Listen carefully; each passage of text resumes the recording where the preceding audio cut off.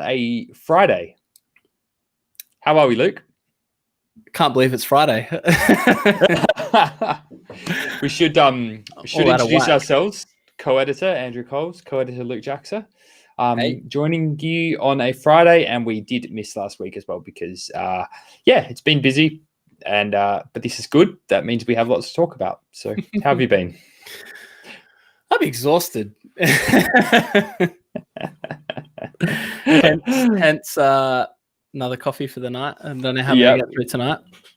Actually, I can't stay up too late tonight. Actually, I can't pull a 1 a.m. or 2 a.m. tonight. Oh, no. Well, I got to be at Mike Lowe's house before 6 a.m., don't I? Well, this is a very good segue into what we're doing at the moment, which is apart from not sleeping, which is issue 4 of Sportscar Safari, which is but weeks away. So that's probably the most exciting news I guess we have. Yeah, Luke, can you give us we've been doing some cool stuff. Like I've had Rally. You've been Goodwood. You've been at SpeedWeek. Yeah, SpeedWeek. You've been on a place in the world that doesn't have very good internet in the Isle of Wight. Story of my life. Story of your life. Yeah. So funny story. One bad internet connection to another. So funny story. We've been down for those that know the UK on the Isle of Wight for the last couple of weeks, and obviously the internet's good internet is hard to find, and I found this cafe that has pretty good internet. So I've been kind of working from there, and I've been saving my uploads and downloads for going to this cafe. And then obviously we're in the closing stages of putting Sportscar Safari together, which means I need good internet to upload photos from Goodwood. So I went in the other day and sat there and had 3 flat whites and lunch, and sort of just uploaded all of this stuff to Dropbox. Then I go back yesterday to upload some more stuff. Then I noticed that they've suddenly changed the Wi-Fi password at the cafe. So maybe it was just coincidence that you're on their biannual password change or something like that happened to occur when you were there. Maybe, but it's awfully coincidence that I upload a couple of gig on their free Wi-Fi, and then the next day the password's changed. Anyway, I'm not saying it's me. So, Hey, did you get that? You got the password again though? No, I didn't. I was too embarrassed to ask.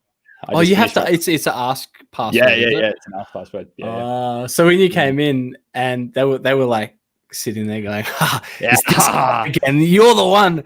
Stuffy, you're not getting the password. Upstairs, opens his laptop, sits down. They're all probably there going like, sucker. Anyway, we're back in the real world now, so this is good. Gosh, this is good. This is good life. I guess issue 4. Hey, we are more than full steam ahead. You know, in Back to the Future, where like they're doing the Back to the Future 3, where they're doing the railroad thing, right? And they keep chucking the chemical logs in there that Doc Brown's made. We're on like that 3rd chemical log where the whole thing's like the boilers popping at the seams. Yeah, we basically we got to get the magazine to print by Monday. So off to the printers, ready to go.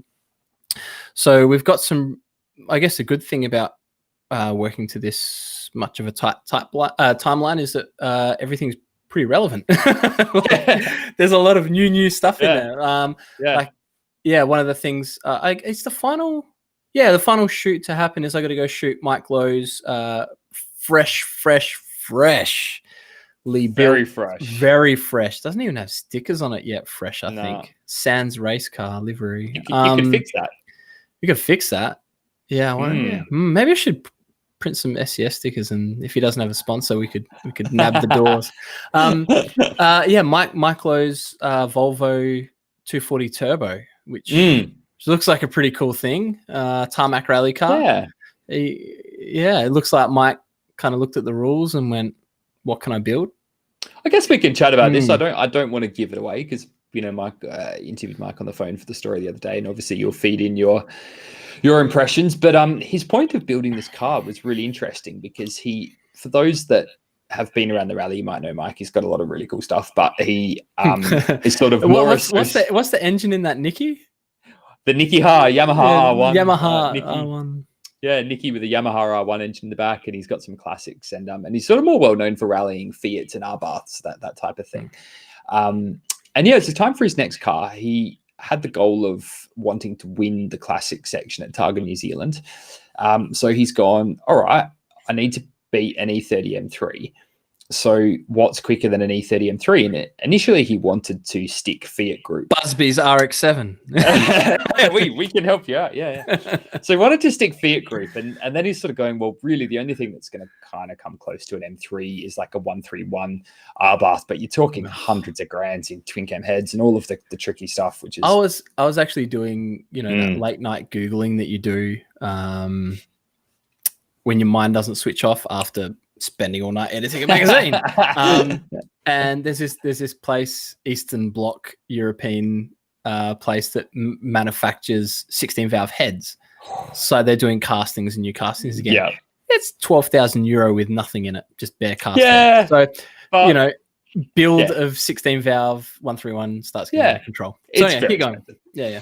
So Mike's gone looking around the options, and then he said he was out at Mallala at a super sprint, and he saw someone that was had this Volvo 240 out there, and he's gone, okay, looked into it, 242 turbo, the GT. So that's the two-door coupe, 1979, but they were basically the same until the early 90s, pretty much.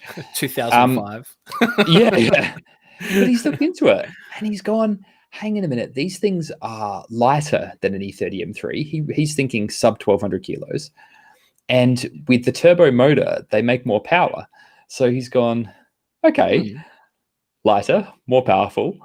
And then the more he's looked into it, he's found that you can actually buy the bits for them because they drift them a lot in, the Nordic countries. They're really popular. So that means that things like manual gearbox conversions for like strong gearboxes, LSD units, axles, like all of the tricky stuff you want to go, motorsport and these things is all off the shelf. Parts are shared with Ford, parts are shared with Jeep. He was saying, I'm giving the whole story away now, but whatever. Don't give too much away. But this part number. No, but it was fantastic. It was, he was sort of saying how he was looking for a limited slip diff, and then it's basically a Dana rear end, which was shared with the Jeep Cherokee of the era. $600 off the shelf from Melbourne, LSD unit, brand new, pops up. And anyway, he says this thing could have bought a whole Jeep Cherokee for that. For the whole thing, yeah. But he's getting 250 horsepower at the rear wheels on a 300,000 K engine with standard pretty much everything. Next step after, once they're going to run the Adelaide Rally, the next step is to look into inlet manifolds and valves and heads and, build it. And then he's thinking sort of, 350 at the rear wheels is pretty achievable in something that's, sub 1,200 kilos ready to rally. That's, I think you'll have fun tomorrow. That sounds like a lot of fun to me. Yeah. Yeah, I hope so. Well, if you are around at 6 a.m. in the Crafers Allgate Balhana area, watch a white brick tearing down the road. Yeah. That'll be cool. Speaking of bricks, do you need a break? No. I was going to say, speaking of vehicles tearing through the Adelaide Hills, Adelaide Hills Rally. Yeah. Just happened. It did. How was it? Great and terrible all at the same time. As most rallying is. Yeah. Series of mega highs and mega lows. Yeah. And sleepless nights, funnily enough. Well, there's a theme developing here. Yeah. Don't go rallying and don't make a magazine. That was cool. I was hanging out with Ash and Buzz, Ash and Michael. Who Buzz listeners Lion? would know as the driver of the RX-7 with the stickers on it. Yep, absolutely, which is pretty cool.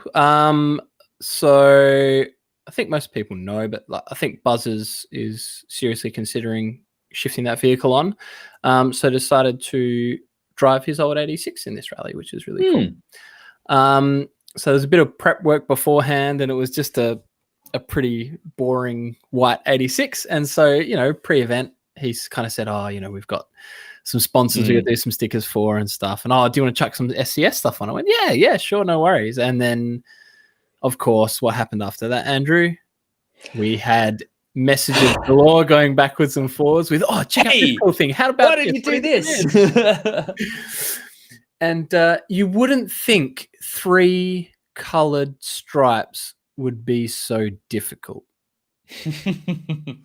So we ended up settling on. Actually, I could probably bring up a picture. We're talking about. We basically settled on a very similar kind of color scheme to the Celica's of North American IMSA days. It's a very good looking livery. Yeah, I have a hankering for like a Hilux surf utility 4x4 with those colors down the side. I think that would be so good. Oh, so good. Actually, I might. Anyway, I'll bring it up in a minute. So anyway, we settled on that, and so we got the sponsors livery, sponsor stuff all sorted, which was cool. We got all their stuff cut out. Thank you, Xander Boys and Garage again. I feel like we need to print some stickers for him. Actually, I spoke to him before. We're going to run some for Adelaide Rally before then. But Xander, much. Look, I thought you weren't telling people you had access to a vinyl cutter. I thought that was on the down low. It's all right. You can share in my pain of doing that. If you do want stickers done, they will come at a hugely exorbitant fee, so that you don't want me to do them. Go and speak to a professional vinyl cutter. Go and speak to a professional vinyl cutter. This is purely that's a gorgeous looking car. So what if you got the red, orange, and yellow sort of diagonal stripes down the sort of the flank of the car? Yeah, pretty much. Yeah, I like that. It's pretty cool.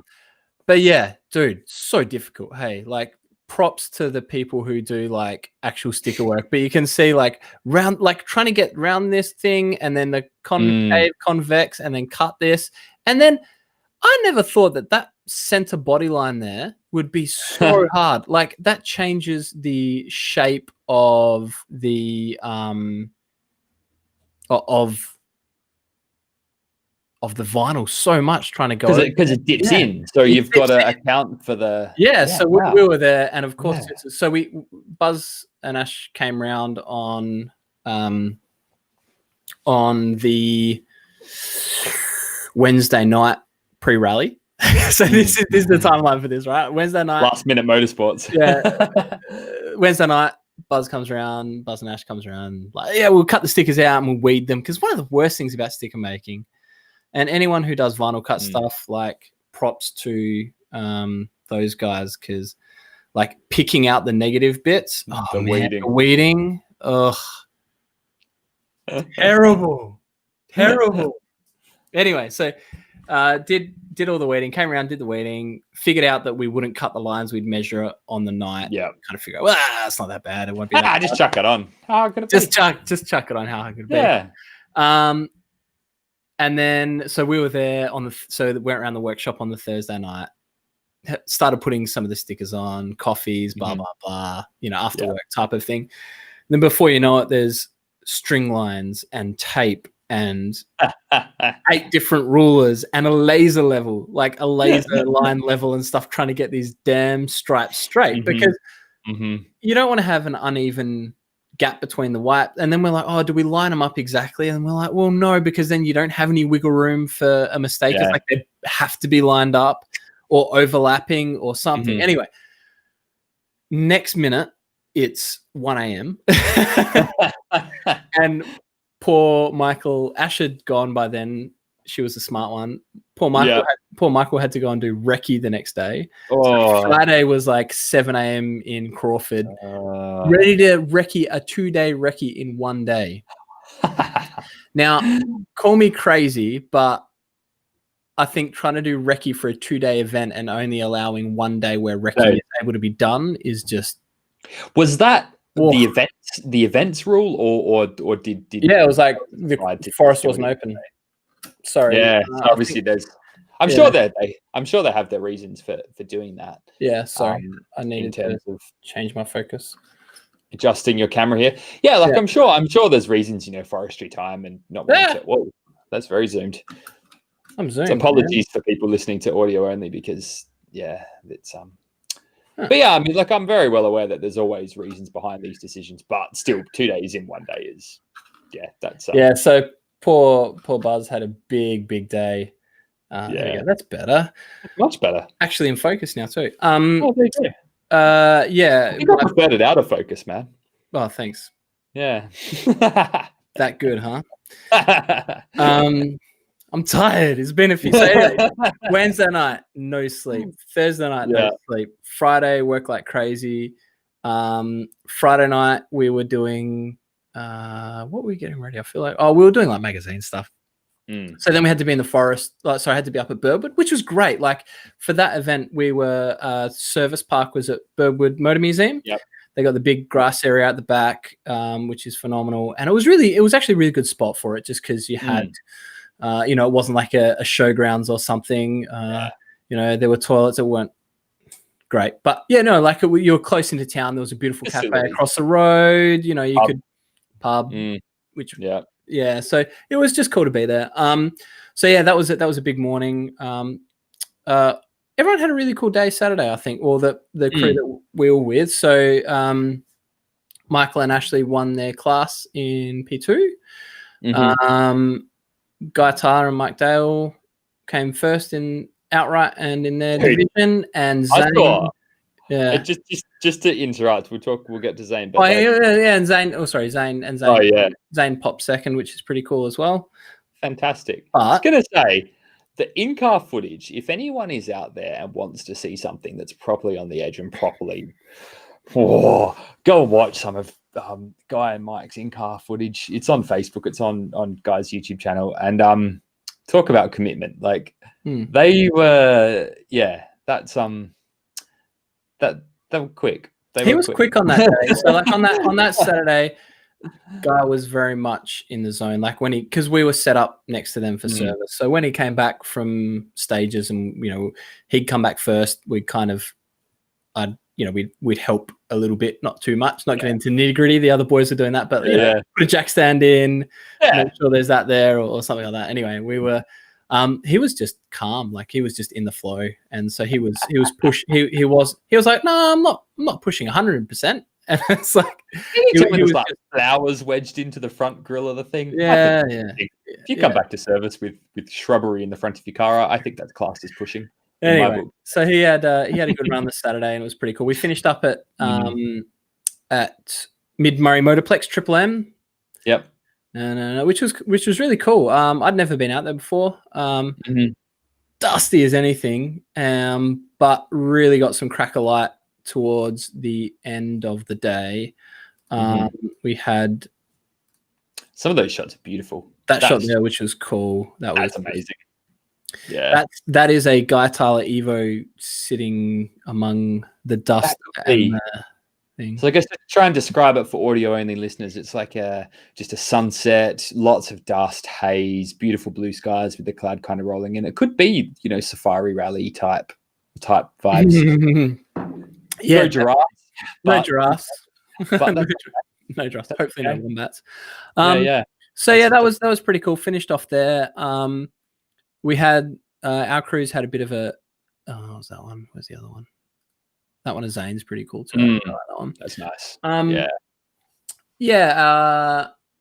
Guy slowed down near the end of his run because he thought there was an issue with engine or something like that, or gearbox or something. He kind of really coasted. He thought the clutch was slipping, I think. So he coasted near the end, and Buzz had an issue where we broke a tire at end, which was fun.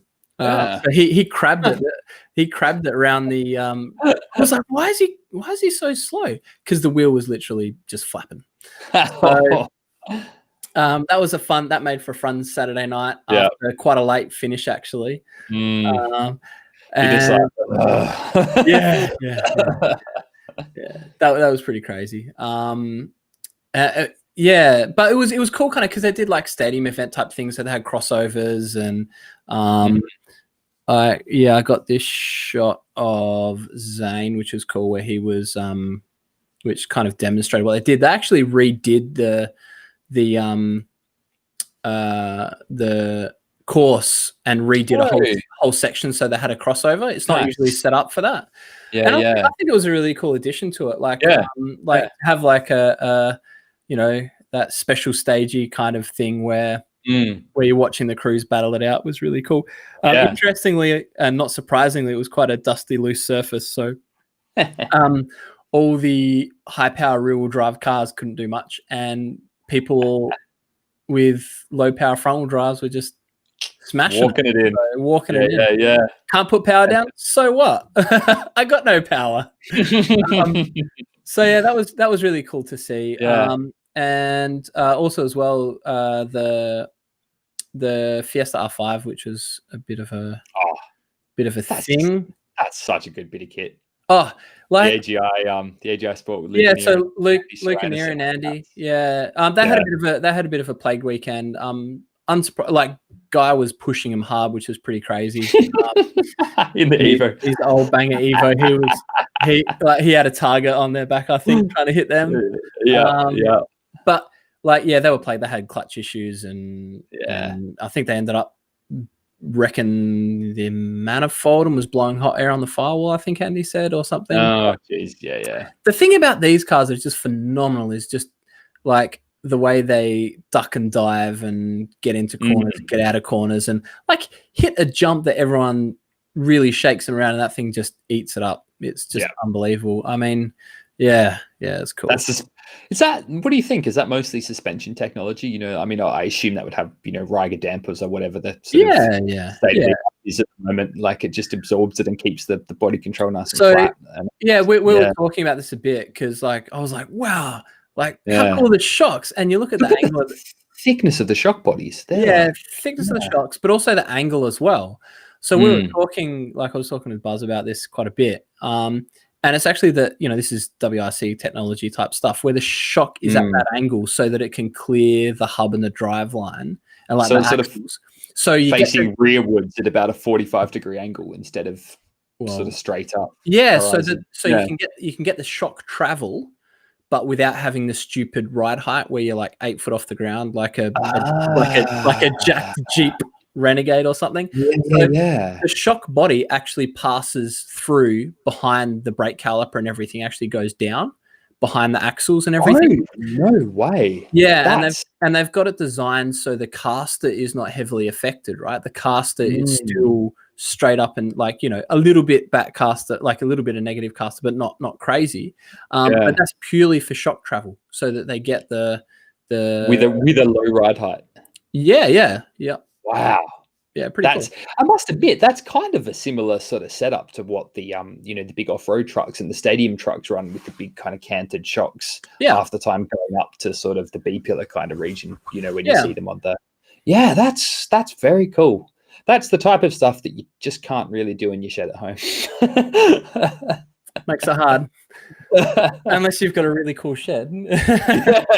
So that was really cool to see that thing out and about and bobbing around, and especially in that situation too, where you can watch the speed difference with that thing versus something else. That was really cool. It was a pretty big weekend. The Sunday wasn't as much fun. Zane in his WRX, which is Zane was last year's state champion.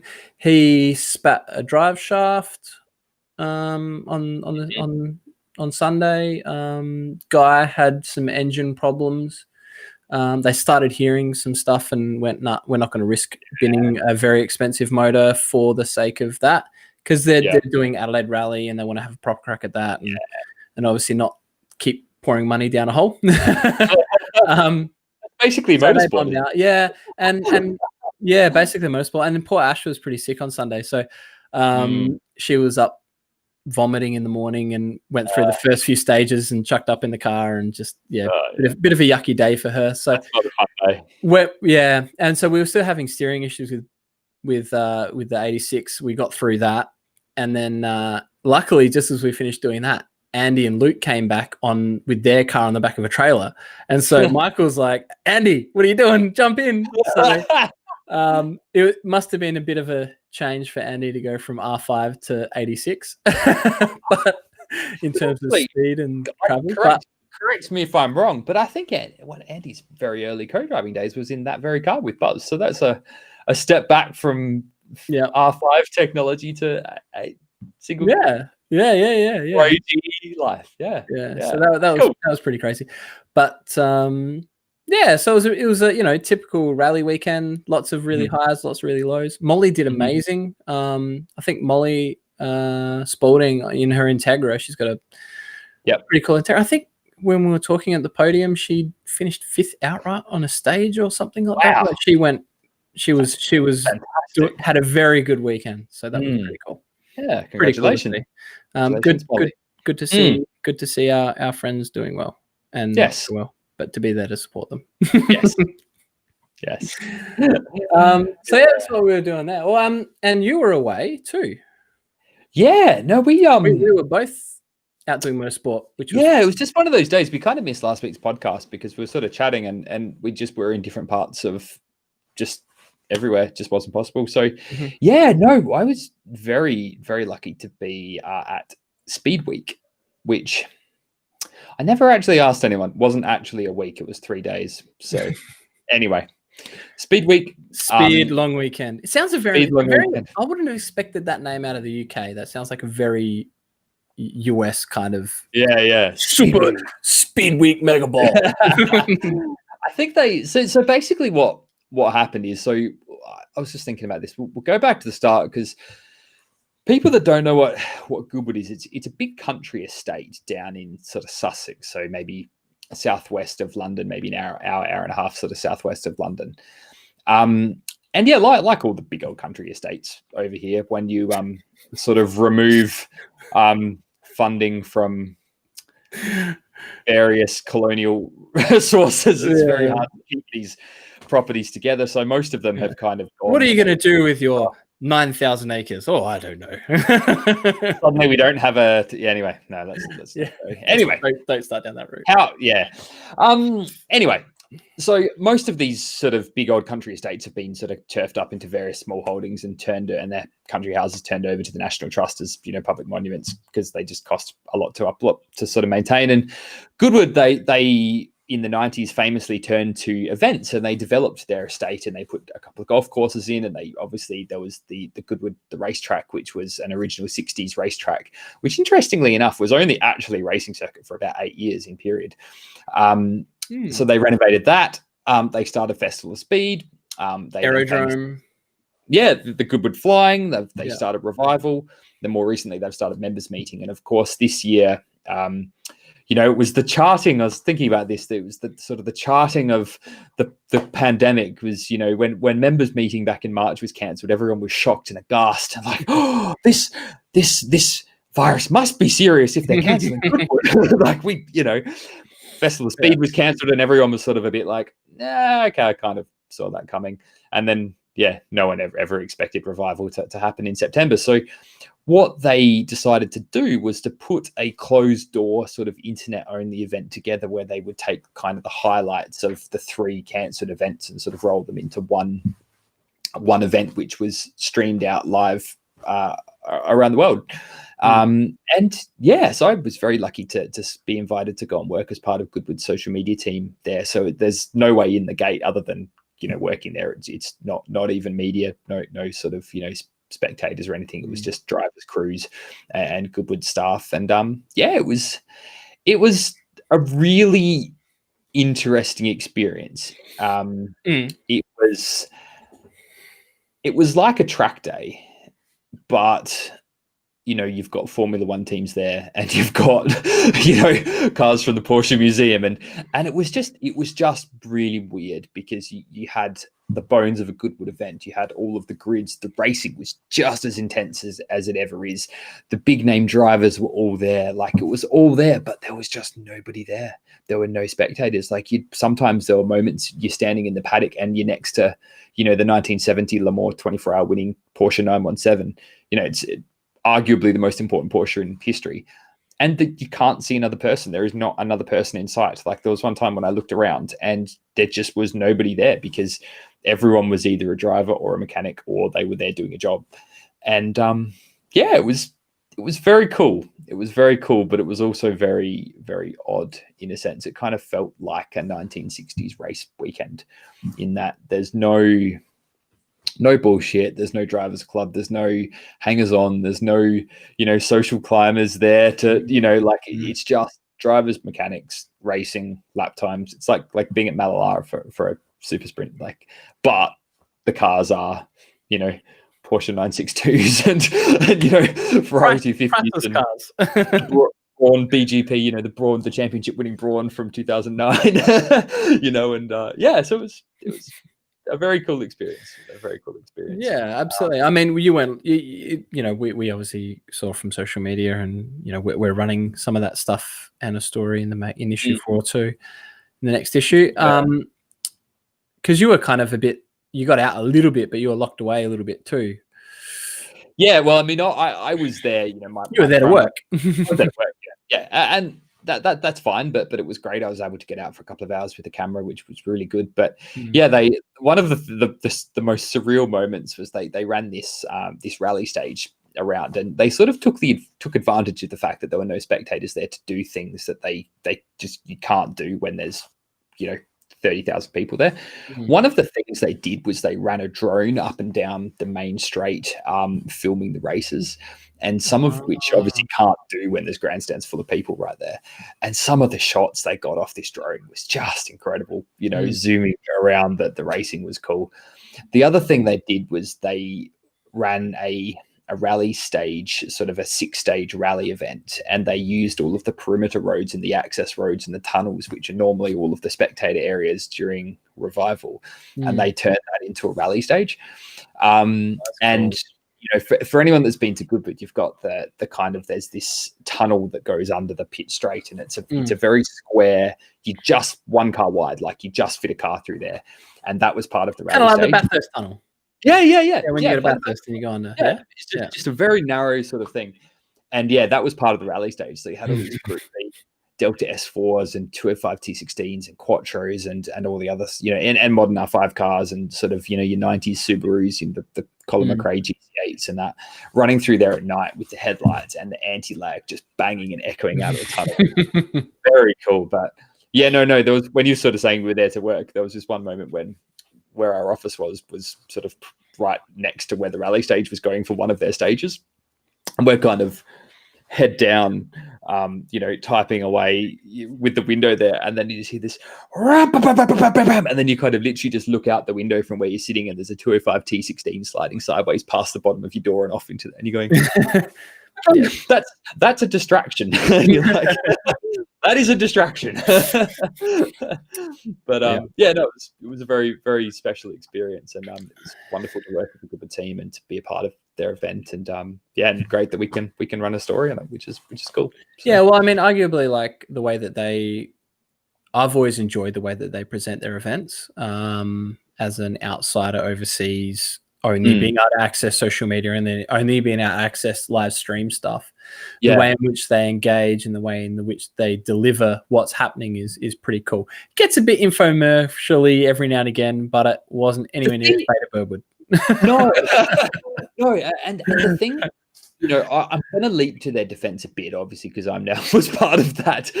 But and this was my defense of the Beta Birdwood, which actually, to be fair, I think the Beta Birdwood did on their live stream. They did go too far down the commercial path. But these things. Maybe that's an idea for next year, Andrew. Yeah. Who'd be behind the SCS live stream? That'd be kind of cool. But it's going to come with our commentary. Oh, no. Our honest commentary. That'd be good. Another thing, just to go back to the commercial side of it, it's like none of this stuff is free to put on. It's incredibly costly. Like we're talking tens of millions of pounds. I mean, they had to that live stream. Yeah, they had 90 cameras. They had 90 television cameras. They had 180 production staff putting that together. They had 12 miles of cabling. They had Mark Webber presenting it. All of 180 times day rates of freelancers in the TV industry. Like it's expensive stuff. And you've got to recoup that investment back. And if the cost of watching a free live stream of some great racing is seeing a MasterCard ad, every 20 minutes, like go for it. Yeah. And look, I wasn't nagging on that. It's like out of all of them, I think they do it the most considerate. I think that's the right word for it, of the audience. And I think the way that they blend what's happening in with like the ads and what's going on. It's well thought out and it's done tastefully. There's not too much overtly tacky stuff in there. But that beta Birdwood one, man, it's like at least Goodwood like shows the cars. yeah. Well, it's like I love hearing the commentary, but you can put audio over video in case you don't know, and you can not show people's faces when they're talking. I just wanted, and I assume I'm not alone in this. Not by the comments anyway. Not by the comments. My goodness. A live stream camera at the bit where everyone leaves, so you can just watch all the cars leave and be like, "Oh, there's mum and dad. Hey," like that's it, done. Anyway, well, I did. It was a good thing for them to do. I thought the live stream was a good. I did just get a new iPhone today, and new iPhone data. Is that a new iPhone? I thought that was one from like 5 years ago. Oh, it is. It looks pretty similar. Hey, look, it's got the same and everything. The 12. It's slightly bigger. Anyway, that comes with a lot more data. So definite next year beta Birdwood live stream, I reckon should be in order. We can set up a little table, have some San Pellegrino, put on some white linen shirts, and like go to town. Right. How good would that be? I think the way we should do it. I'll get to the question. I think the way we should do it is a little table on Anzac Highway. With a little middle? No, off to the side. Oh, okay. And we want a little bay where SCS readers, because there's a lot of SCS readers like we're doing the beta Birdwood, and that's kind of why I stayed up till 2 a.m. tuning into the live stream, because I wanted to see people and see who was there. I reckon a bit where anyone that's in the beta Birdwood could kind of pull off and stop in our little driving bay, and we stick the microphone in and we have a chat, and then we join in with roasting the other cars driving past, and they take off, and I think that'd be fantastic. Yeah. That would be fantastic. Yeah, and we could even like dual camera it so you can still see the cars coming past as well as doing the interview. Yeah. Technology. I think I'd be all about that. Yeah, and we get maybe 4 or 5 of us, so there's enough chat that there's a bit of banter flowing. And we need to get Kennards to sponsor us with generator and yeah. Right. Everyone knows where we are. Let's make that happen. Yeah. Good. Yeah, that'd be cool. Yeah, and then anyone who's any fan or reader can join our live stream and stop and have their car on. Say hi. And say hi. And we won't interview the same car 6 times throughout the broadcast. No. In different formats. No. I mean, 10 points. They picked their people and they found their thing, but like you don't need to interview the same person 4 times in a. I don't want to shit on people. Like I think it's a great development. I think the idea of a live stream. Hey, and the fact that they actually got it to happen is pretty cool too. Like I think it's right. So I'm not completely getting stuck in, but yeah, a little bit more on the cars. I was frustrated watching it. It was just frustrating watch. That's all. Like, I was drinking, so it was like 2 a.m. outside. I was revving people up in the comments. Actually, there were quite a few negative comments towards the lack of automotive vision. Yeah, I was getting more excited by watching like the dual cab utes getting on the live stream that were coming past. Oh, look at that Triton! Look at that! Oh, she's got just the ordinary traffic. That was exciting. So, I've had a comment, Giancarlo. Do you still want your X19? Happy to take it off your hands, mate. No, mate, that thing is prized out of my cold dead hands. Yeah. No, thank you, but no, that's she's a life for that one. When you've had a first car that long, that becomes a forever car. Yeah. No. Well, actually, to be fair, we do have a plan. I think Luke's going to hopefully try and take it out and give it a bit of a run and get it break down. No, I can do. Yeah, I can. Depends. Okay. Maybe after rally. Well, I guess Giancarlo. Yeah. So it sits in my parents' shed. Dad wheels it out every sort of few months and starts it up and warms it up and takes it around the block and keeps it sort of lubricated and running. And and I mean, in an ideal world, I'd be home driving it every sort of 8 to 10 months. But I guess with this coronavirus situation and the inability to even come back to Australia if we wanted to, which we do want to, we just physically can't get back. That's sort of the only reason why it hasn't been out for a year, basically. Yeah. Well, I think it was the last time I like properly drove it. Oh no, was that Auto Italia last year? Was that after you came down or before? It would have been before. That was before. That's right. Yeah, because then you came down at the end of the year and drove it again. Because the secret problem with it is that nobody actually likes driving it except me. It's actually not very nice. But... I like it. You've got to. I enjoy it now that it's got. I enjoy it that it's got better tires on it. Yeah. Because that old tire understeer was a bit sketchy. It's got good rubber on it now. But it's a quirky car, and you've built it. And I think when you're involved in the build process, you switch yourself off from a lot of those little things that are different that most people don't expect. But no, it's a great fun car to drive. I think it's awesome. Well, I would happily drive it more. But you're going to have to contend with Andy's car too, because Andy's car is about to lob. Exciting time. Shipping. Yeah, it is. I got a shipping update saying that it should be here on the 27th. So, hooray! So I guess this is our the way the world works these days in strange ways. Our friend Andy Metcalf, he's my mate here in London, who has the Boxster, who got me into Boxsters.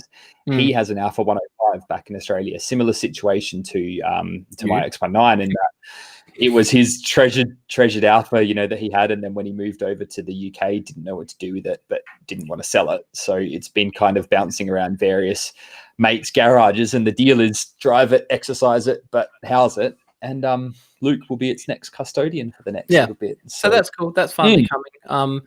The regular times it takes for cars to come from Melbourne to Adelaide has vastly increased over the last few months. But that's good.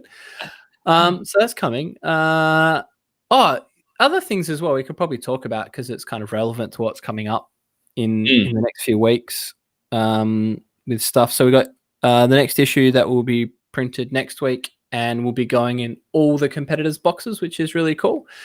Hence the big rush. We weren't planning on having it ready until kind of mid to late November, but because of the rally doing a different briefing style this time, they're not having dealership briefings for the tour, and they're not having a big briefing at the Aqaba anymore for competitors. Just getting 700 people together in a small enclosed space is not good anymore. Apparently it's bad. So Tim and the guys wanted to make sure that competitors had enough time to come in and pick up their boxes and all of their information, and then watch some online introductory briefing stuff.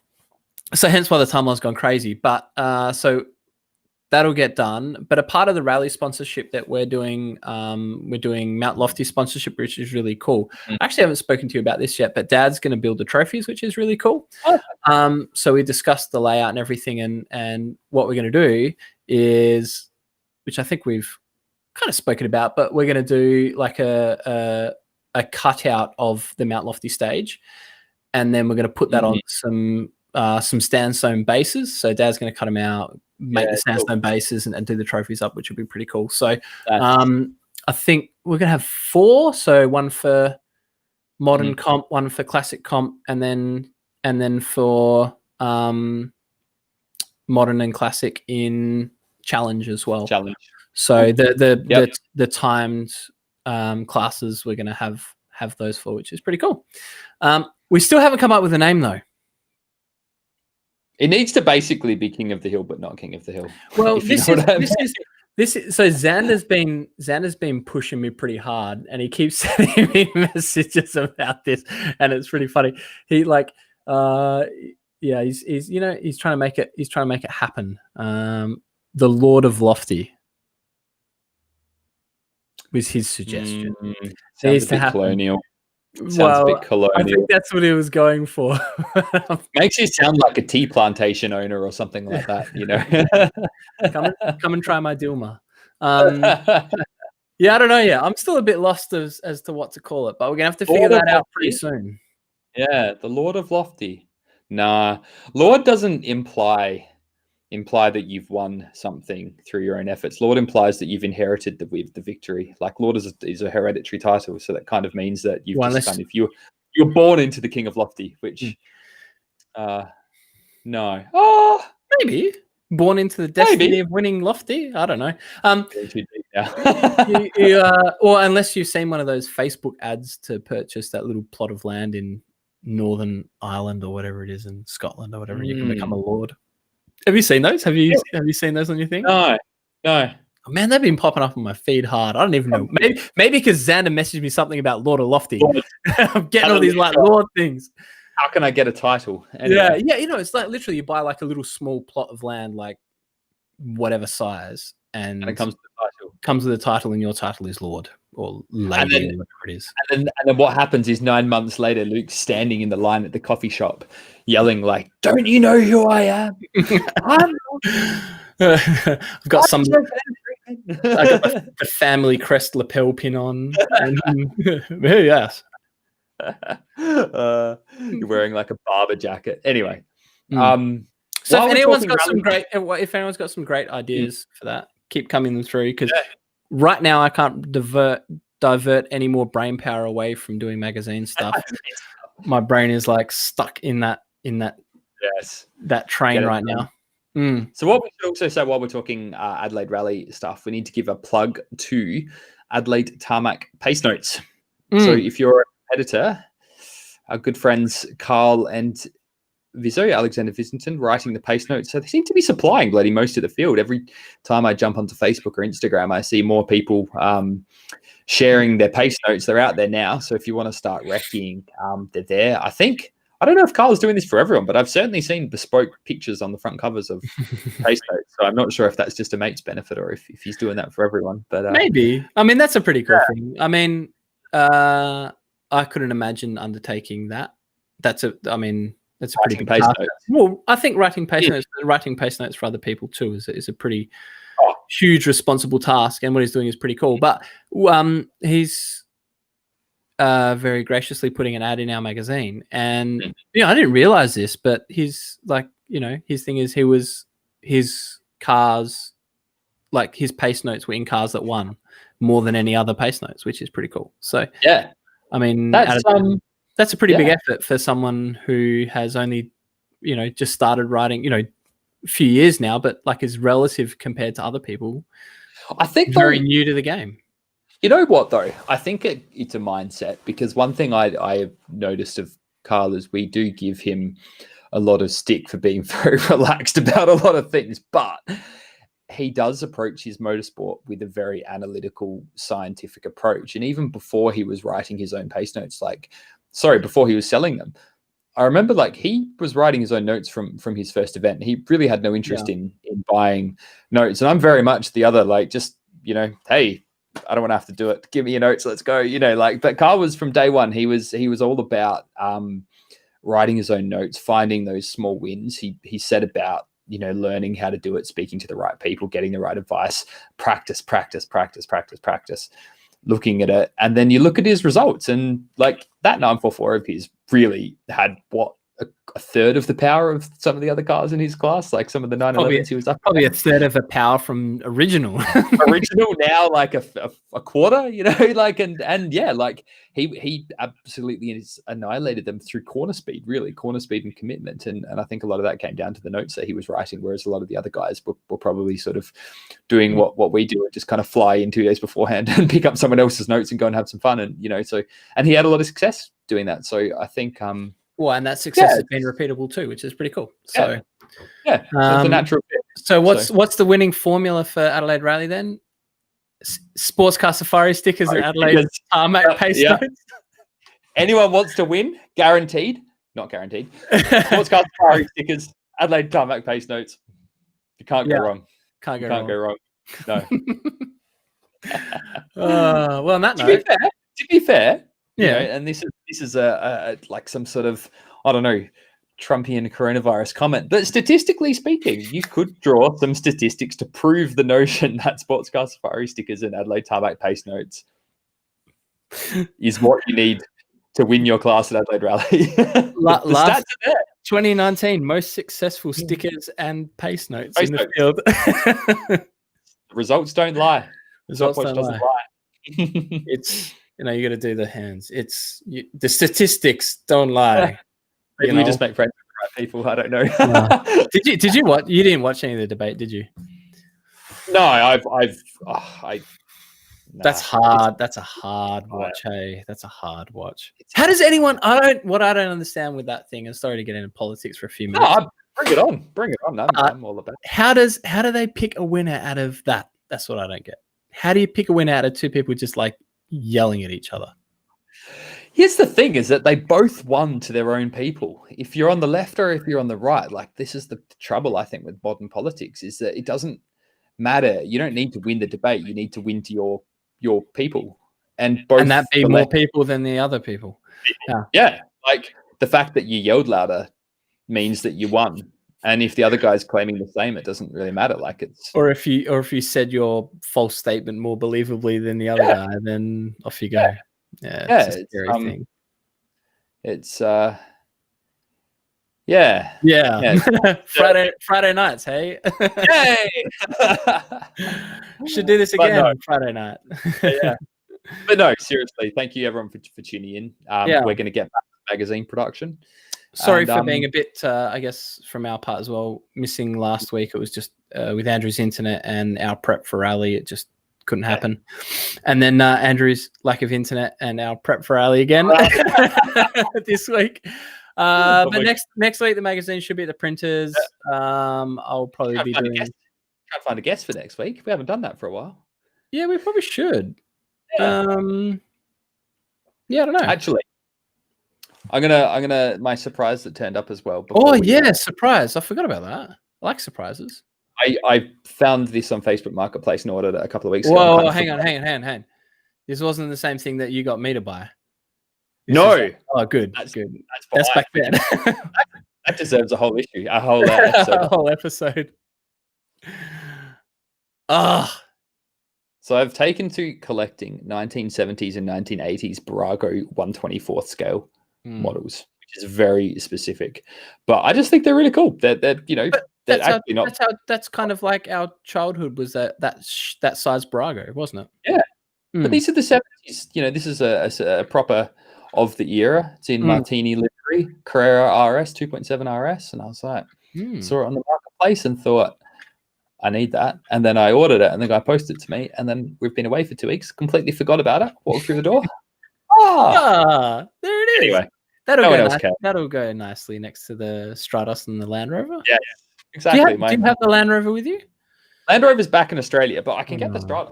Yeah, the Stratos is... Sorry, this is really boring for anyone on audio, but yeah, I love this. The Alatali liveried Stratos Sandra Minari with the stickers up there. That's proper. And then there's another Safari 911 up there. So I don't know, it keeps you off the streets. It's something to collect without. And because they are so hard to find, it means that you get all the fun of the chase and the hunt, but you find them so rarely that you don't end up with 400 bits of crap cluttering your life. I like matchboxes where all of a sudden you come home with like 15 of them. What happened? I'm going to collect Hot Wheels. Okay, go to the supermarket. Oh, man. Actually, I think Daniel Scott's going to get himself in trouble with that. Yeah. So our mate has just had good old DS has just had a baby. With Bastion, which is pretty cool. But I think he's going to start falling into the trap of doing what I was doing when Samuel first came around, and every single Hot Wheel you find, you buy. And he's like, Samuel. Yeah, and Daniel got onto he went to Target or Kmart or Big W or what, I think it was Kmart or something, and he's like messaging me while he's there, like all these guys, look what I found, because he went when they were unpacking the boxes, like stocking shelves, right? And he went there when there were two like Hot Wheel Nutter collectors opening boxes. So he got the full like I'm a collector experience of like opening fresh Hot Wheels boxes and finding everything and getting all excited. And so he's buying like cars that who cares that they're what kind of car is? Oh, that's cool.